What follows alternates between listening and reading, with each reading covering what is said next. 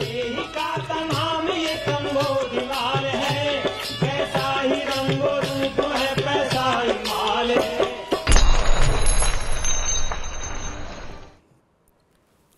नमस्कार, मैं हूं शुभम शंकरधर। आप देख रहे हैं मनी 9। समय हो गया है आपके favourite prime time show money central का। शाम के 7 बज गए हैं। दिन की सारी बड़ी खबरें इकट्ठी हो चुकी हैं। विश्लेषण के लिए मेरे साथ स्टूडियो में मनी 9 के एडिटर अंशुमान तिवारी जी जुड़ गए हैं। सर, बहुत स्वागत है आपका। और अंशुमान जी से एक एक करके खबरों पर समझना शुरू करें, विश्लेषण शुरू करें। उससे पहले आप देखिए ऑन द शो आज कौन सी बड़ी खबरों को चुना गया है इस प्रोग्राम के लिए। शुरुआत होगी, मौसम बिगड़ा तो पड़ेगा भारी, बीमा में बड़े सुधारों की तैयारी, मनरेगा की दाल में कितना काला, कम नहीं हो रही स्टार्टअप की दिक्कतें, त्योहार निपटते ही बाजार में मचा हड़कंप, और क्यों चमकने लगा अचानक सर्राफा बाजार। सोने चांदी दोनों की कीमतों में अचानक तेजी देखने को मिली है। बीते 2-3 महीने में ऐसा कुछ घटा है जिससे सोने पर दाव लगाने वाले अब बढ़ रहे हैं लगातार, और ये उम्मीद बन रही है कि सोने की कीमतों में ये तेजी थोड़ी अच्छी चलेगी। मनी सेंट्रल में भी इस पर हमने आपको बताया था। गोल्ड ETF भी अब बाइंग करने आ गए और आज सोना बाजार में 3 महीने की ऊंचाई पर ट्रेड कर रहा है। खैर, कार्यक्रम की शुरुआत मौसम की खबर से। मौसम विभाग ने अनुमान लगाया है कि दिसंबर से फरवरी के दौरान भारत के अधिकतर इलाकों में तापमान सामान्य या सामान्य से ऊपर रह सकता है। इसके अलावा दिसंबर के दौरान देश में सामान्य से कम बरसात का अनुमान है। ऐसी स्थिति सामान्य नहीं है। अगर सामान्य नहीं रही तो इसका असर फसलों पर पड़ेगा। इस समय सबसे ज्यादा कौन सी फसल होती है? रबी में गेहूं की खेती पर इसका असर पड़ सकता है। सर, अनुमान क्या है, थोड़ा सा विस्तार से बताइए, और क्या असर पड़ेगा, कितना असर पड़ेगा? शुभम, सर्दियों के तापमान को लेकर अगर अनुमान है, और अगर मैं इसे बिल्कुल आम लोगों की दृष्टि से समझने की कोशिश करूं तो सर्दियों में अगर आप ज़्यादा कपड़े खरीदने की उम्मीद कर रहे हैं, भारी ऊनी कपड़े खरीदना चाहते हैं, तो मौसम विभाग आपको ये बता रहा है कि इसकी ज़रूरत नहीं है, क्योंकि अधिकांश हिस्सों में तापमान सामान्य से नीचे नहीं जाएगा। यानी सर्दियाँ बहुत ज़्यादा गहरी नहीं होंगी। हालांकि फॉग के और कोहरे की भविष्यवाणियाँ तो हैं, लेकिन सर्दी के तापमान को लेकर जो IMD का अनुमान है वो बहुत ज़्यादा गहरी सर्दियों या बहुत तीखी ठंड का नहीं है। पर इसका एक बड़ा पहलू, दूसरा पहलू है जो अर्थव्यवस्था के लिए अच्छा नहीं है। भले ही आपको इस बार मौसम में कम सर्दी महसूस हो या कम तापमान हो, लेकिन ये रबी की फसल के लिए सबसे महत्वपूर्ण समय होता है। और ये अनुमान रबी की बुआई के लिए, खासतौर से गेहूं की खेती के लिए, जहां सर्दियों की ज़रूरत है, उस समय तापमान में अगर बढ़ोतरी रहती है, और कुछ इलाकों में तो मौसम विभाग का कहना है कि टेम्परेचर की जो राइज़ है वो अनयूजुअल और एबनॉर्मल होगी। सामान्य से ज़्यादा टेम्परेचर कई सारे इलाकों में रह सकता है, और इसके कारण ये इस तरीके का फिनोमेना ला नीना की कंडीशंस में बनता है जो मौसम विभाग कहता है। अब इसका असर ये है कि हमने पिछले साल ठीक रबी की फसल के आखिरी छोर पर जाकर फरवरी और मार्च के महीनों में, खासतौर से फरवरी के महीनों में तापमान में अचानक बड़ी बढ़ोतरी देखी थी। और हमें याद है कि उसके बाद फिर पूरी गेहूं की किल्लत, उत्पादन में कमी, निर्यात की गफलत, और पूरे साल गेहूं की महंगाई जो आज तक हमारे साथ खड़ी है, सिर्फ इसी मौसम की खराबी के कारण निकली थी। इसलिए मौसम का अनुमान खाद्य महंगाई की दृष्टि से जो आने वाले 2 महीनों में हमें दिखाई देगी, उस दृष्टि से भी चिंताजनक है। सरकार के अनाज भंडारों की दृष्टि से भी चिंताजनक है। और किसानों की ग्रामीण क्षेत्र में आय के लिहाज से भी चिंताजनक है। लेकिन मौसम विभाग का कहना है कि इस बार कुछ इलाकों में जो विंटर्स की रेन है उनमें भी कमी आएगी। यानी गेहूँ की फसल के लिए मौसम थोड़ा माफिक नहीं है।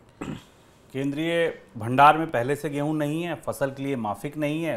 बाजार में गेहूं का भाव 3000 रुपये क्विंटल के आसपास चल रहा है। MSP 2000 के आसपास थी। पूरा गणित ये है कि महंगाई शायद फिर से भड़क जाएगी अगर मौसम ठीक ठाक नहीं रहा। चलिए आगे बढ़ते हैं। आप खबरें बजट से।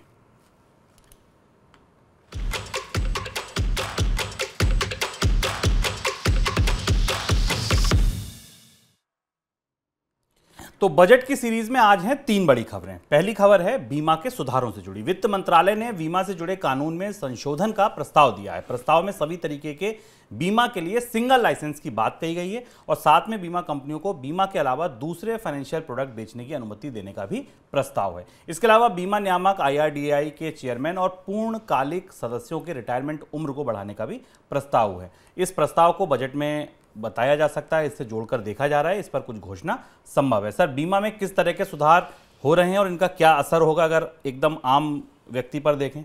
शुभम, बीमा क्षेत्र में पिछले 2 हफ्ते से 3 हफ्ते से काफ़ी बड़े सुधार दिख रहे हैं और ये सुधार लंबे समय के बाद लौटे हैं। इन सुधारों की पृष्ठभूमि हमें यहाँ से निकलती दिखती है कि कोविड के दौरान भारत की और दुनिया की बीमा उद्योग को तगड़ा झटका लगा। खासतौर से भारत के बीमा उद्योग को झटका लगा।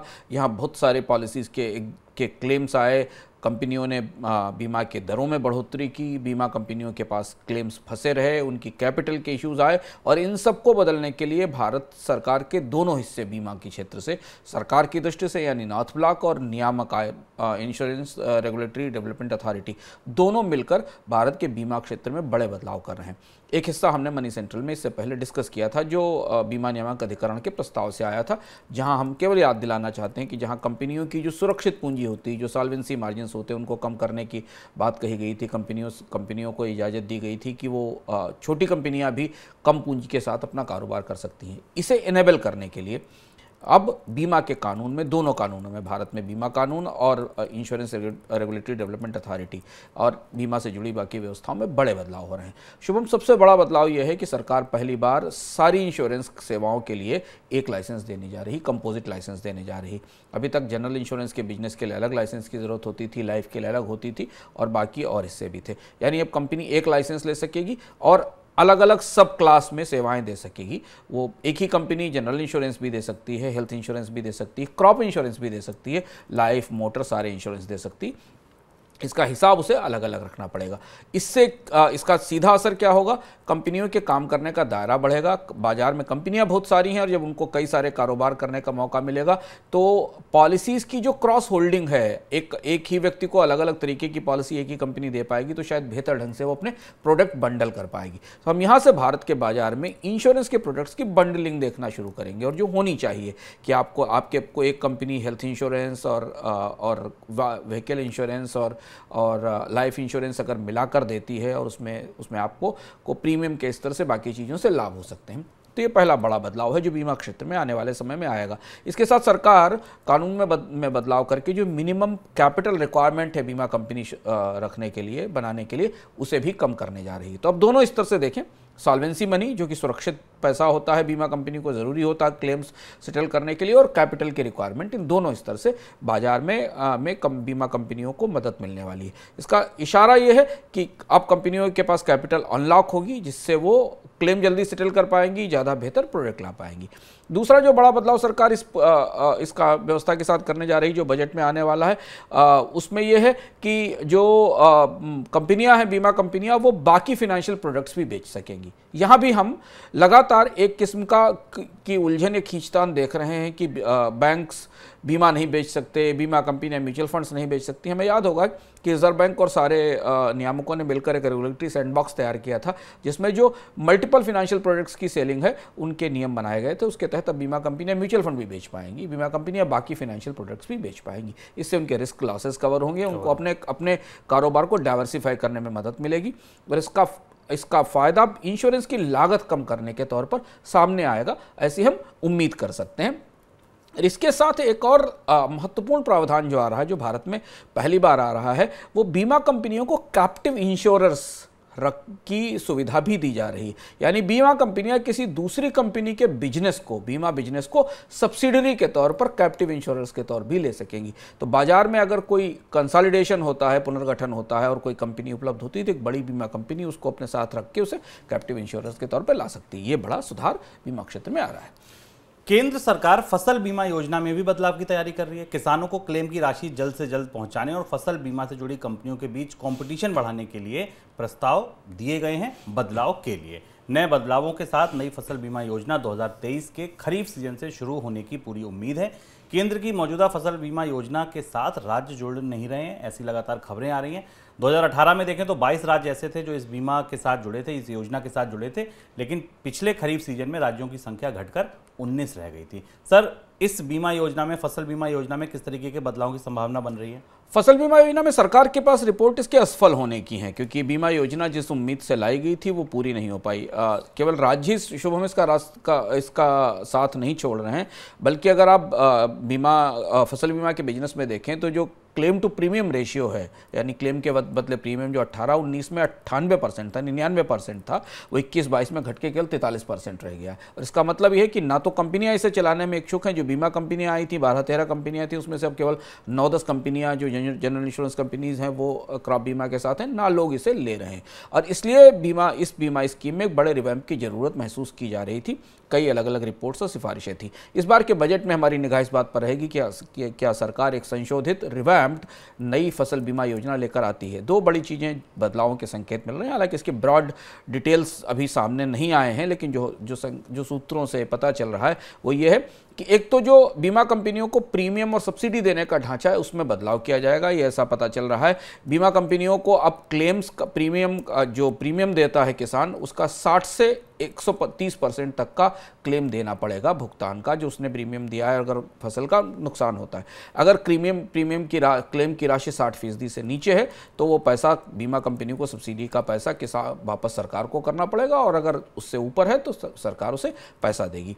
इसके अलावा जो सबसे बड़ी दुविधा इस स्कीम के साथ है, जिस पर निगाह हमारी रहेगी, सरकार ने भी इस बारे में नहीं कहा है, इस स्कीम के फंसने का या बेहतर परफॉर्म न कर पाने की वजह भारत में सबसे बड़ी ये है कि भारत में फसलों की यील्ड के डेटा नहीं है, उपलब्ध नहीं है, और फसलों के नुकसान के आकलन की पद्धति व्यवस्थित नहीं। ये दो बड़ी चीज़ें हैं जिनके कारण फसल बीमा सफल नहीं हो पा रहा है। तो क्या सरकार इसमें कोई प्रक्रिया में बदलाव करेगी, ये हमें बजट पे पता चलेगा। एक और बड़ी स्कीम कह लीजिए, एक बड़ी नीति कह लीजिए जिसमें बदलाव की तैयारी इस बजट में हो रही है, वो है मनरेगा। देश में 25 राज्यों के 341 ब्लॉक में मनरेगा के तहत चल रहा काम केंद्र सरकार के रडार पर है। क्यों रडार पर है? क्योंकि वहाँ ये आशंका जताई गई है कि मनरेगा के तहत जो काम हुआ है वो कम है, जबकि उस पर जो खर्च हुआ है वो ज़्यादा है। इसको देखते हुए केंद्र सरकार ने उन सभी ब्लॉक्स का काम ऑडिट करना शुरू कर दिया है। ऑडिटिंग के लिए कई टीमें पंचायत के स्तर तक जा रही हैं और पता किया जा रहा है कि ग्रामीण रोजगार गारंटी योजना के तहत हुए काम में किसी तरीके की धांधली तो नहीं हुई है। सर, समीक्षा क्यों कर रही है सरकार? इसके पीछे का मकसद क्या है? मनरेगा के बजट में कटौती की संभावना बनती दिखाई दे रही। जो तैयारियां हमें दिखाई दे रही, उस हिसाब से सरकारें समझने की कोशिश कर रही है कि कोविड का लॉकडाउन खत्म होने के बाद, बाजार दोबारा खुल जाने के बाद भी मनरेगा में नौकरियों की मांग कम क्यों नहीं हो रही है। 2021-22 में मनरेगा पर करीब 98,000 करोड़ रुपए खर्च हुए थे। अभी का जो आंकड़ा है उस हिसाब से अभी तक इस पर करीब 60,000 करोड़ रुपए खर्च हो चुके हैं और 25,000 करोड़ रुपए की और मांग सरकार से की गई है, बजट के तौर पर की गई है। मनरेगा सरकार के बजट पर बड़ा दबाव है, तो ये सारी जांच पड़तालें जानने की कोशिश की जा रही है कि मनरेगा के काम ज़मीन पर हो रहे हैं कि नहीं हो रहे हैं और उसे कैसे बदला जा सके। संकेत शायद ये है कि इस बार मनरेगा के बजट में कोई बड़ी बढ़ोतरी नहीं दिखाई देगी अगर कटौती ना भी हो। और इस जांच रिपोर्ट की, इस पड़ताल की रिपोर्ट जो सामने आएगी, उससे शायद कुछ और जानकारियाँ मिलेंगी जो इस स्कीम के पुनर्गठन की तरफ सरकार को प्रेरित करेंगी। बिल्कुल, तो वित्त मंत्री आपको ये तर्क देती दिख सकती हैं बजट के भाषण में कि इस बार मनरेगा का बजट इसलिए घटाया गया है क्योंकि हमने समीक्षा की और ये पाया कि बहुत सारी लीकेजेस थी, उनको दूर कर दिया गया है, तो काम उतना ही मिलेगा, पैसा कम लगेगा। केंद्र सरकार बजट में इंसॉल्वेंसी एंड बैंक्रप्सी कोड यानी आईबीसी में भी बदलाव करने का विचार कर रही है। रिपोर्ट्स की माने तो बैंक्रप्सी की प्रक्रिया में सामने आई खामियों को दूर करने के लिए आईबीसी कोड में बदलाव किया जा सकता है। इसके लिए कंपनी मामलों के मंत्रालय ने बैंकों, बैंक्रप्सी की प्रक्रिया से जुड़े अधिकारियों, जजों और कई एजेंसियों के साथ रायशुमारी की है और माना जा रहा है कि रायशुमारी के आधार पर कंपनी मामले के मंत्रालय की तरफ से आईबीसी में बदलाव का प्रस्ताव दिया जा सकता है।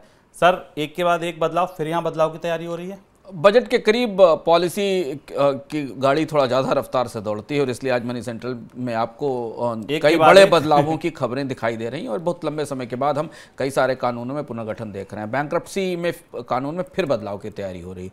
ये आने के बाद कुछ ऐसा अभिशप्त सा कानून है कि इसमें हमेशा एक साल बाद बदलाव हुए, फिर सरकार की अपनी समितियों ने इस पर सवाल उठाया, इसकी असफलता के तमाम किस्से हैं। जो ताज़ा बदलाव है वो बैंक्रप्सी में जो मामले निस्तारित हो जाते हैं उनके भुगतानों को लेकर है। जो सबसे बड़ी समस्या बैंक्रप्सी कोड में या बैंक्रप्सी व्यवस्था के अंदर है वो ये कि जब सेटलमेंट हो जाता है तो जो बचे हुए वसूली, संपत्ति बेचकर जिस पैसे की वसूली की जाती, उसका बंटवारा सही ढंग से नहीं हो पाता और ये जो प्रोसेस, जो सक्सेसफुल बिडर आता है और जो संपत्ति खरीद लेता है, वो पूरा प्लान इंप्लीमेंट नहीं हो पाता कि किसको कैसे पैसा और कब मिले। आमतौर पर इस व्यवस्था में, शुभम, आईबीसी की व्यवस्था में एक मैकेनिज्म का पालन किया जाता है, जिसको वाटरफॉल मैकेनिज्म कहा जाता है, जिसमें कि मान लीजिए अगर कोई कंपनी बिकती है और उससे 100 करोड़ रुपए की राशि वसूली जाती है, तो उसका सबसे पहला हक उस पर सिक्योर्ड लेंडर का होता है, यानी जो बैंकर है, जिसने बैंकर ने पैसा दिया उसको पैसा मिलता है। फिर उसके बाद फाइनेंशियल फॉलो लेंडर्स आते हैं, फिर उसके बाद ऑपरेशनल क्रेडिटर एम्प्लॉयज़ आते हैं, और सरकार भी इस प्रक्रिया में कुछ हिस्सा लेने की कोशिश करती है इसको बिकने के बाद। अब इस पूरी प्रक्रिया को बदलने की तैयारी हो रही है। ये वाटरफॉल मैकेनिज्म के कारण बिड होने के बाद भी रिजोल्यूशन नहीं हो पाता, क्योंकि तय नहीं हो पाता कि पैसा कैसे बांटा जाएगा। शायद सरकार इस प्रक्रिया में थोड़ी ढील देने वाली, ये भी बड़ा सुधार होने वाला है, ये भी बड़ा बदलाव होने वाला है, जिस पर हमारी निगाह बजट के दौरान रहेगी। चलिए, अब एक ऐसी खबर जिसको हम बार बार उठा रहे हैं, लेकिन उठाना जरूरी इसलिए है क्योंकि यहाँ पर एक के बाद एक कंपनी का सिलसिला बढ़ता जा रहा है। खबर है स्टार्टअप से बड़े निवेशकों के निकलने की। भारतीय स्टार्टअप कंपनियों में दिग्गज निवेशकों की हिस्सेदारी की बिक्री का सिलसिला थमने का नाम नहीं ले रहा। ताजा मामला पॉलिसी बाजार की पेरेंट कंपनी पीवी फिनटेक का है। यहाँ से सॉफ्ट बैंक ने अपनी 5% हिस्सेदारी बेच दी है। हिस्सेदारी बेचने के बाद पीवी फिनटेक का सॉफ्ट बैंक की 5% हिस्सेदारी ही बचेगी, यानी कि आधी हिस्सेदारी बेच दी। इससे पहले आपने देखा होगा जोमेटो, पेटीएम, वहां से भी कई सारे निवेशक निकल रहे हैं। सर, ताजा आंकड़े क्या है, ताजा तस्वीर क्या है, नए नंबर क्या है अगर हम फंडिंग के देखें तो? ये जिस बात की संभावना थी कि जैसे ही ये खिड़की खुलेगी, जैसे ही ये दरवाज़ा खुलेगा कि स्टार्टअप कंपनियों में जो उनके मूल निवेशक या प्रमुख निवेशक हैं वो बाज़ार से उनको निकलने का मौका मिलेगा, वो बेचेंगे। और हमने अलीबाबा और सॉफ्ट बैंक में की तरफ से बड़ी बिकवाली देखी है। आज अपनी 5% इक्विटी बेच दी सॉफ्ट बैंक ने पीवी फिनटेक में। पर यहाँ से जिस स्टार्टअप में जिस मेल्टडाउन या एग्जिट्स की संभावना थी वो बढ़ते दिखाई दे रहे हैं, और इसका असर हमें उन स्टार्टअप्स पर सबसे ज़्यादा दिखाई दे रहा है शुभम, जो बाजार में सूचीबद्ध नहीं है, जो बाजार में अभी काम कर रहे हैं। और जो बड़ा ट्रेंड अब शिफ्ट दिख रहा है स्टार्टअप स्पेस में, वो दिख रहा है कि हमने पहले एडुटेक स्टार्टअप्स को मेल्टडाउन होते देखा, हालांकि उसमें से कोई कंपनी लिस्टेड नहीं थी। फिनटेक कंपनियां लिस्टेड थी, 2 फिनटेक कंपनियों से हमने विदेशी निवेशकों को निकलते देखा, एक पेटीएम और एक दूसरी पीवी फिनटेक। और अब ई कॉमर्स कंपनियों पर दबाव है। एक असर तो अमेजन की तरफ से भी जो संकेत आ रहे हैं वो नहीं है। जो ताजे आंकड़े आए हैं उस हिसाब से जो रिपोर्ट आई है वो बता रही है बेन एंड कंपनी की कि भारत में जो इंटरनेट मार्केट प्लेस हैं उसमें B2B और B2C दोनों कैटेगरीज की कंपनीज में जो फंडिंग है वो ईयर ऑन ईयर बेसिस पे अभी तक इस साल 72% गिरी है, यानी 72% कम पैसा मिला है। इसमें आप ये समझ सकते हैं कि वो कंपनियां जिनके पास छोटी पूंजी है या जो छोटे स्टार्टअप्स हैं उनके लिए तो 72% की फंडिंग की गिरावट काफ़ी ज़्यादा है। इशारा ये है कि ई कॉमर्स स्पेस में अभी तक बड़ी हमने छटनी नहीं देखी थी, पहले राउंड में तो देखी थी। तो एक तो ई कॉमर्स स्पेस में बड़ी छटनी होगी, और दूसरा ई कॉमर्स स्पेस में हमें अधिग्रहण और मर्जर और विलय और कंपनियों के अधिग्रहण भी आने वाले समय में दिखाई पड़ेंगे। जीएम सरसों की मंजूरी को लेकर सुप्रीम कोर्ट ने केंद्र सरकार से सवाल किया है। गुरुवार को सुप्रीम कोर्ट ने केंद्र सरकार से पूछा है कि सरकार ने किस बाध्यता की वजह से जीएम सरसों को मंजूरी दी है। कोर्ट ने यह भी कहा है कि सरकार बताए कि जीएम सरसों की वजह से भारतीय कृषि को नुकसान होगा या नहीं। सुनवाई के दौरान सरकारी वकील ने कोर्ट को बताया कि जीएम सरसों को मंजूरी देने में सरकार की तरफ से किसी तरीके का शॉर्टकट नहीं अपनाया गया, सारी प्रक्रिया को फॉलो किया गया। सर, अदालत क्या सवाल उठा रही है? अदालत ही जानने की कोशिश कर रही है। अदालत और सरकार इस मामले में असहमत दिख रहे हैं। अदालत इसलिए कर रही है क्योंकि हम थोड़ा सा पीछे जाएं तो सुप्रीम कोर्ट ने भारत में जीएम फूड्स को लेकर कानून सरकार के फैसलों में दखल दिया था और उस पर प्रतिबंध लगाया था। वो प्रतिबंध 10 साल तक चला था, अब हटाया गया है। अब हटाने की तैयारी चल रही है। अदालत ये जानना चाह रही है कि जल्दबाजी में फैसला लिया गया। सरकार का तर्क है, सरकार ने स्टैंड लिया है जीएम फूड पर अदालत में, यानी सरकार पूरी तैयारी के साथ इसे लागू करने के लिए तैयार थी, और इसलिए सरकार की तरफ से कहा गया कि इसमें पूरी प्रोसेस अपनाई गई, टेक्निकल कमेटी से बात की गई, ट्रायल कराए गए और बाकी किसानों के डर को दूर करने की कोशिश की गई। सरकार की तरफ से यह भी कहा गया कि इसे लेकर जो आशंकाएं या डर फैलाए जा रहे हैं चारों तरफ, उनमें कोई आधार नहीं है। ये भारत की फसल उत्पादन के लिए, तिलहन के उत्पादन के लिए ज़रूरी है, जबकि स्वयंसेवी संगठनों का और एनजीओज़ का एक बड़ा ग्रुप इस बात का विरोध कर रहा है। अब ये महत्वपूर्ण मुकाम है भारत में जीएम फूड्स को लेकर शुभम। अगर जीएम फूड्स पर अदालत सरकार के तर्कों से सहमत होती है और इसका ट्रायल शुरू करती है तो यहाँ से कई और फसलें जो आगे हैं उनके परीक्षण का रास्ता खुलेगा। लेकिन पिछला रिकॉर्ड बताता है कि आमतौर पर अदालत ने जीएम फूड्स को लेकर काफ़ी आक्रामक और काफ़ी सुरक्षित रवैया अपनाया है। तो ऐसा ना हो कि कहीं अदालत के फैसले में जाकर एक बार फिर ये मामला फंस जाए। गैर प्रतिस्पर्धी व्यापार में 5 टायर कंपनियों को दोषी पाए जाने के बाद कंपटीशन कमीशन ने जो 1788 करोड़ रुपए का जुर्माना लगाया था उसे कंपनी लॉ ट्रिब्यूनल ने हटा दिया है। टायर कंपनियों के पक्ष में सुनवाई के बाद कंपनी लॉ ट्रिब्यूनल ने यह फैसला सुनाया है। कंपटीशन कमीशन ने इसी साल फरवरी में टायर कंपनियों पर जुर्माना लगाया था। उस समय अपोलो टायर, एमआरएफ, सीएट, जेके टायर और बिरला टायर को कंपटीशन कमीशन ने दोषी पाया था। अदालत ने कहा दोषी नहीं है। सर, क्यों हटाया गया ये जुर्माना? ये 2013 का मामला है, काफी चर्चित मामला था भारत के बाजार में, जहां टायर डीलर्स फेडरेशन ने कंपटीशन कमीशन से शिकायत की थी कि जिन 5 कंपनियों का नाम आपके सामने शुभम ने लिया, अपोलो, एमआरएफ, सीएट, जेके और बिरला, टायर डीलर्स फेडरेशन का कहना था कि कंपनियां 90% बाजार पर कब्जा करती हैं और इन्होंने कार्टेल बनाकर टायर की कीमत तय की है। कंपटीशन कमीशन ने 2013 में आए इस मामले को सही पाया था और उसने इनका पर 2018 में पेनल्टी लगाई थी। अब ये कंपनियां इसको लेकर कंपनी लॉ ट्रिब्यूनल गई थी। कंपनी लॉ ट्रिब्यूनल ने इसे कंपटीशन कमीशन के पास पुनर्विचार के लिए वापस भेज दिया है और फिलहाल ये जुर्माने की राशि 1788 करोड़ रुपए के आसपास है, इसे रोक दिया है। कंपटीशन कमीशन की प्रतिक्रिया का भी इस पर इंतजार है कि कंपटीशन कमीशन के इस फैसले की पहली बार ऐसा हुआ है शुभम, जब कंपटीशन कमीशन के किसी फैसले पर दूसरी एक अदालत ने या ट्रिब्यूनल ने रोक लगाई है। अब यहां से भारत में 2 अलग अलग रेगुलेटर्स के बीच में टर्फ वार का एक नया दौर शुरू होता है। क्योंकि कंपटीशन कमीशन के पास कई सारे मामले हैं कार्टेल को लेकर, मोनोपोलीज को लेकर, अगर ये प्रेसिडेंट बनता है तो फिर अन्य कंपनियां भी अन्य अदालतों में जाकर उन फैसलों के खिलाफ या कार्टेल के खिलाफ लगाई हुई पेनाल्टी के खिलाफ अपील करेंगी। अब सुनिए, मुझे लगता है आज की सबसे बड़ी खबर, सबसे जरूरी खबर और इसके व्यापक असर है, इसलिए इसको ज्यादा कान लगाकर सुनिए। त्योहारी सीजन खत्म होने के बाद देश में उन सभी वस्तुओं की मांग घट गई है जिन पर उपभोक्ता सबसे ज्यादा खर्च करते हैं। नवंबर के दौरान grocery, personal care, smartphone, fridge और टेलीविजन जैसी वस्तुओं की मांग में भारी गिरावट आई है, जिस वजह से इन वस्तुओं को बनाने वाली कंपनियों ने भी उत्पादन घटा दिया है और दुकानों में जो स्टॉक भरा हुआ है उनको भी क्लियर करने की बात चल रही है। कंपनियां तेजी से डिस्काउंट देके किसी तरह उसको खत्म करना चाह रही हैं। सर, कंपनियों ने प्रोडक्शन में कितनी कटौती की और क्यों की? बाजार, हम पहली बार भारत में हाल फिलहाल के वर्षों में यह खबर सुन रहे हैं जब स्पष्ट रूप से कंपनियां इस बात की घोषणा कर रही हैं कि वो उत्पादन में कटौती कर रही हैं, उत्पादन में गिरावट कर रही है। और 3 बड़े सेक्टर तात्कालिक तौर पर हमें अभी उत्पादन में कटौती के से प्रभावित दिखाई देते हैं और ये 3 भारत के सबसे बड़े सेक्टर हैं। भारत के कंज्यूमर प्रोफाइल के 3 बड़े सेक्टर हैं और यदि इनमें उत्पादन में कटौती को बाकी व्यापक बाजार से जोड़कर देखा जाए तो बाजार का इशारा बजट के लिए अच्छा नहीं है। बाजार जो इशारा कर रहा है वो खासा चिंताजनक है।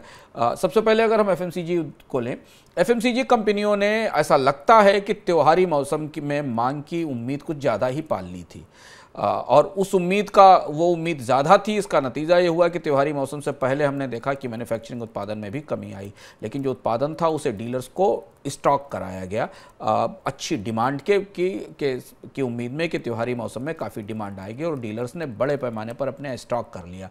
अब वो स्टॉक्स नहीं उठ रहे हैं, उनकी सेल्स नहीं बढ़ रही है और इसलिए एफएमसीजी कंपनियों की जो वैल्यू है, उत्पादों की वैल्यू, वो नवंबर में अक्टूबर के मुकाबले 15% गिरी है। ये थोक बाजार की वैल्यू, इसका मतलब है कि जो रिटेलर हैं, जो खुदरा व्यापारी हैं, वो पुराने स्टॉक को ही बेच रहे हैं, नया स्टॉक उठाने के लिए कंपनियों के पास नहीं जा रहे हैं। उसमें भी खास तौर पर जो 2-3 बड़े सेक्टर हैं जहां में मांग में बड़ी गिरावट दिखाई दे रही। बेवरेजेस में करीब 24% की ईयर ऑन ईयर गिरावट है। कमोडिटीज़ में जो पैकेट बंद खाने पीने के सामान हैं उनमें करीब 23% के आसपास की गिरावट है। Home care product, personal care product और कन्फेक्शनरी में 12, 16 और 5% की गिरावट हमें ईयर ऑन दिखाई दे रही है और मंथ ऑन मंथ की गिरावट 4 से और 13% के आसपास है। एफएमसीजी सेक्टर में मांग ना बढ़ना लगातार चिंता का विषय है। इस बात पर भारत की प्रमुख एफएमसीजी कंपनियों के प्रमुख भी बात बोल चुके हैं और रूरल एरिया में जो स्लोडाउन या जो वेज की ग्रोथ में और मजदूरी की ग्रोथ में गिरावट है उसका असर हमें यहाँ दिखाई दे रहा है और ये भारत में पहली बार ऐसा दिख रहा है जब स्टॉकिंग ज़्यादा होने के कारण कंपनियों को अपना उत्पादन घटाना पड़ा। ये तो पहले सेक्टर की बात हुई। अब आइए आप रोजगार में। रोजगार बाजार में क्या हुआ कि रोजगार से जुड़े आंकड़े जारी करने वाली निजी संस्था CMIE ने कहा कि नवंबर के दौरान शहरों की बेरोजगारी दर 9% के करीब पहुंच गई। माना जा रहा है कि इन सभी आंकड़ों को सामने रखकर रिजर्व बैंक अपनी अगली पॉलिसी में देश की GDP ग्रोथ अनुमान में भी कटौती कर सकता है। मांग है नहीं, बेरोजगारी बढ़ रही है, तो सीधी सी बात है इसका असर GDP पर तो पड़ेगा ही। रिजर्व बैंक की बैठक अगले हफ्ते होनी है। सर, 2 सवाल।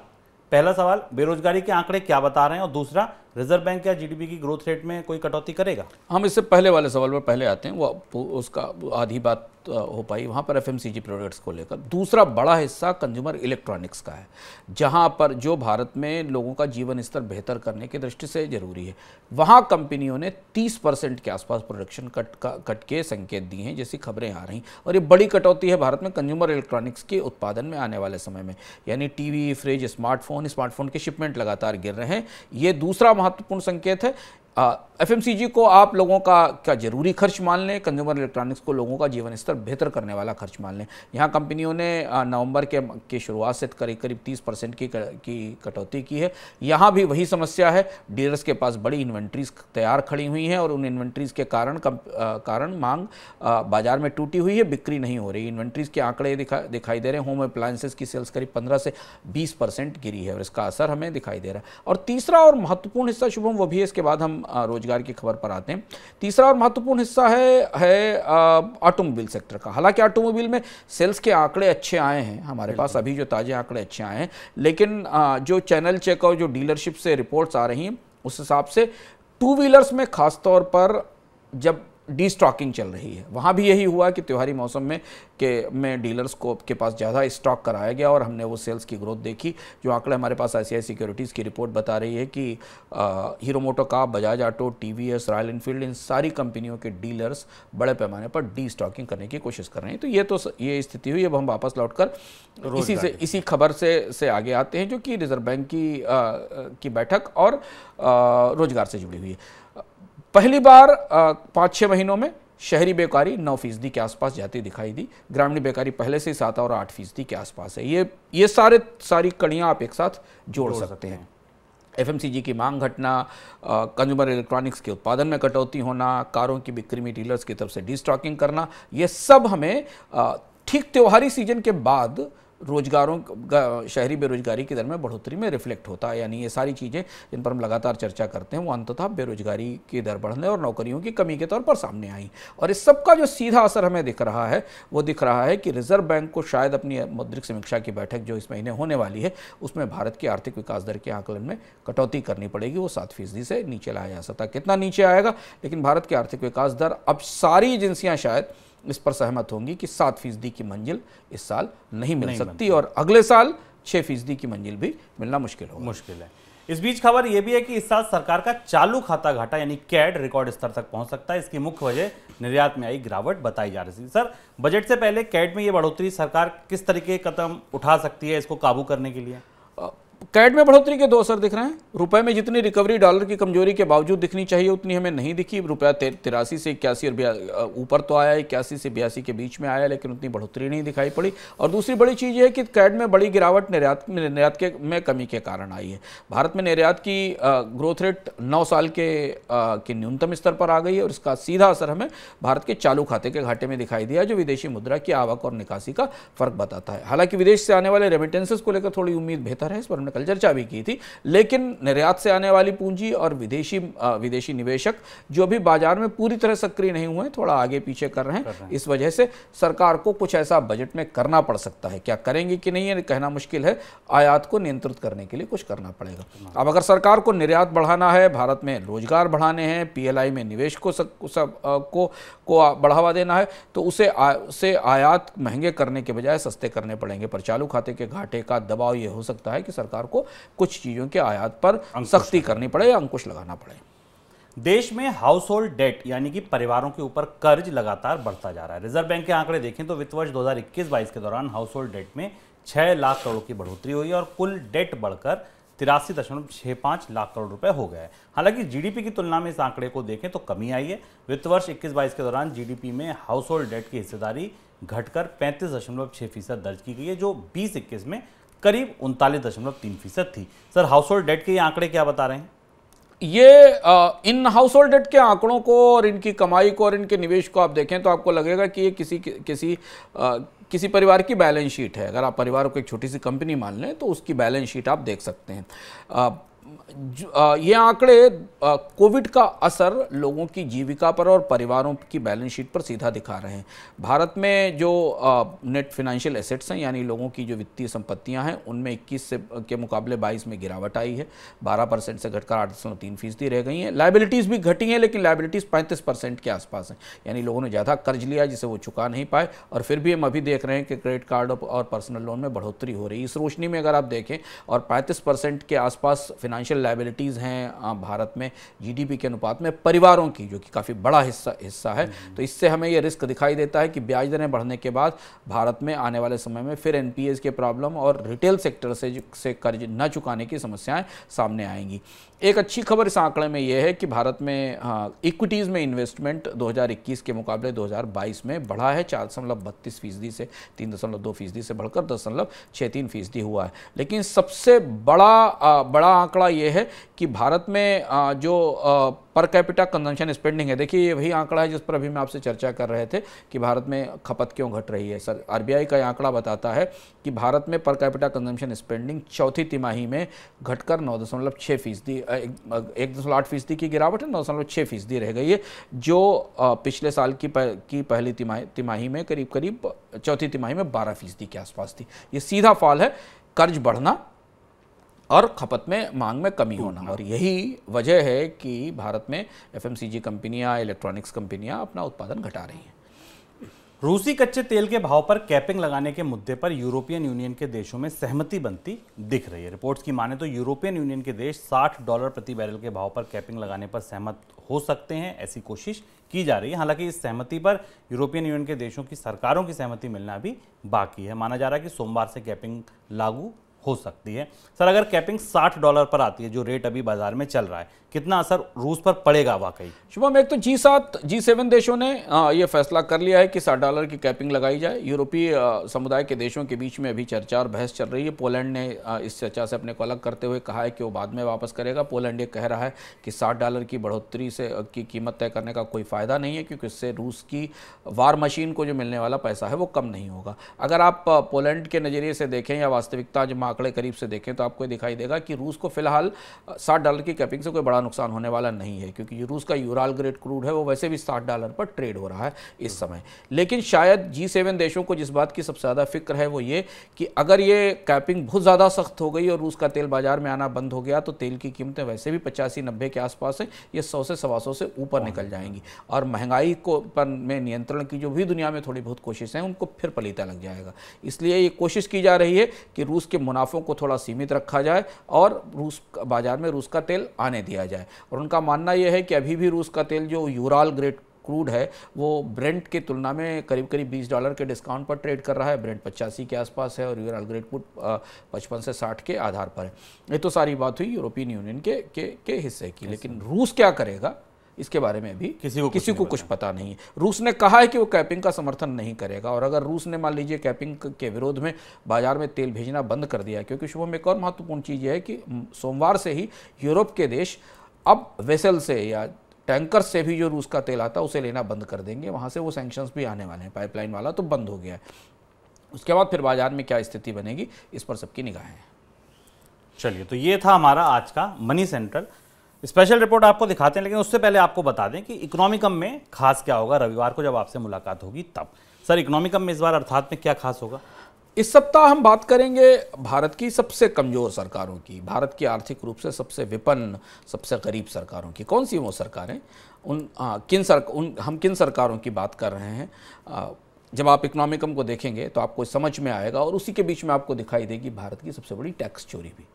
इस बार का इकोनॉमिकम ज़रूर देखिए मनी9 के ऐप पर।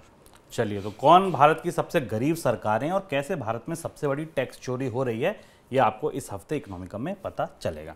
चलते चलते आपको छोड़ जाता हूं मैं एक स्पेशल रिपोर्ट के साथ मनी9 की, जो आपको बता रही है कि सर्राफा बाजार की सूरत कैसे बदल रही है। पिछले महीने अमेरिका में रिटेल महंगाई के आंकड़े आए, महंगाई घटती दिखी और गोल्ड का भाव बढ़ना शुरू हो गया। बुधवार को अमेरिकी सेंट्रल बैंक के चेयरमैन ने ब्याज दरों में सुस्त बढ़ोतरी के संकेत दिए और गोल्ड का भाव फिर आसमान पर पहुंच गया। ये दोनों घटनाक्रम संकेत दे रहे हैं कि आने वाले दिनों में गोल्ड की कीमतों को तय करने में अमेरिका के आर्थिक आंकड़े बड़ी भूमिका निभा सकते हैं, क्योंकि हाल के दिनों में अमेरिकी संकेतों की वजह से ही गोल्ड का भाव आसमान पर पहुंचा है। बीते एक महीने में गोल्ड का घरेलू भाव 3,500 रुपए से ज्यादा बढ़ा है। 1 नवंबर को MCX पर भाव 50,300 रुपए से नीचे था और गुरुवार यानी 1 दिसंबर को भाव 53,900 रुपए के ऊपर पहुंच गया। इस दौरान विदेशी बाजार में भाव 11% से ज्यादा बढ़ा है। इस दौरान चांदी भी सोने के साथ चल रही है, बल्कि यूं कहें कि सोने से भी तेज भाग रही है। महीने भर में चांदी का भाव 7,000 रुपए से ज्यादा बढ़ गया है। 1 नवंबर को MCX पर प्रति किलो भाव 58,000 रुपए के नीचे था और 1 दिसंबर को ये 65,000 रुपए के ऊपर पहुंच गया।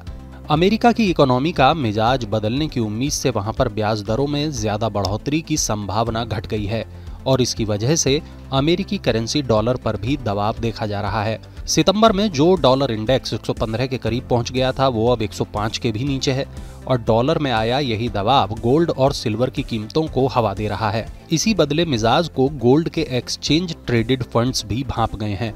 अप्रैल के बाद से दुनिया भर के गोल्ड ETF अपने रिजर्व से लगातार सोना बेच रहे थे, लेकिन नवंबर के अंतिम हफ्ते में उन्होंने भी खरीदारी शुरू कर दी। नवंबर के अंतिम हफ्ते में दुनिया भर के सभी गोल्ड ETFs की कुल होल्डिंग में 4 टन की बढ़ोतरी हुई है और इस वजह से भी गोल्ड के भाव को सहारा मिल रहा है। जानकार मान रहे हैं कि लंबी अवधि के दौरान गोल्ड और सिल्वर के बाजार में तेजी रह सकती है।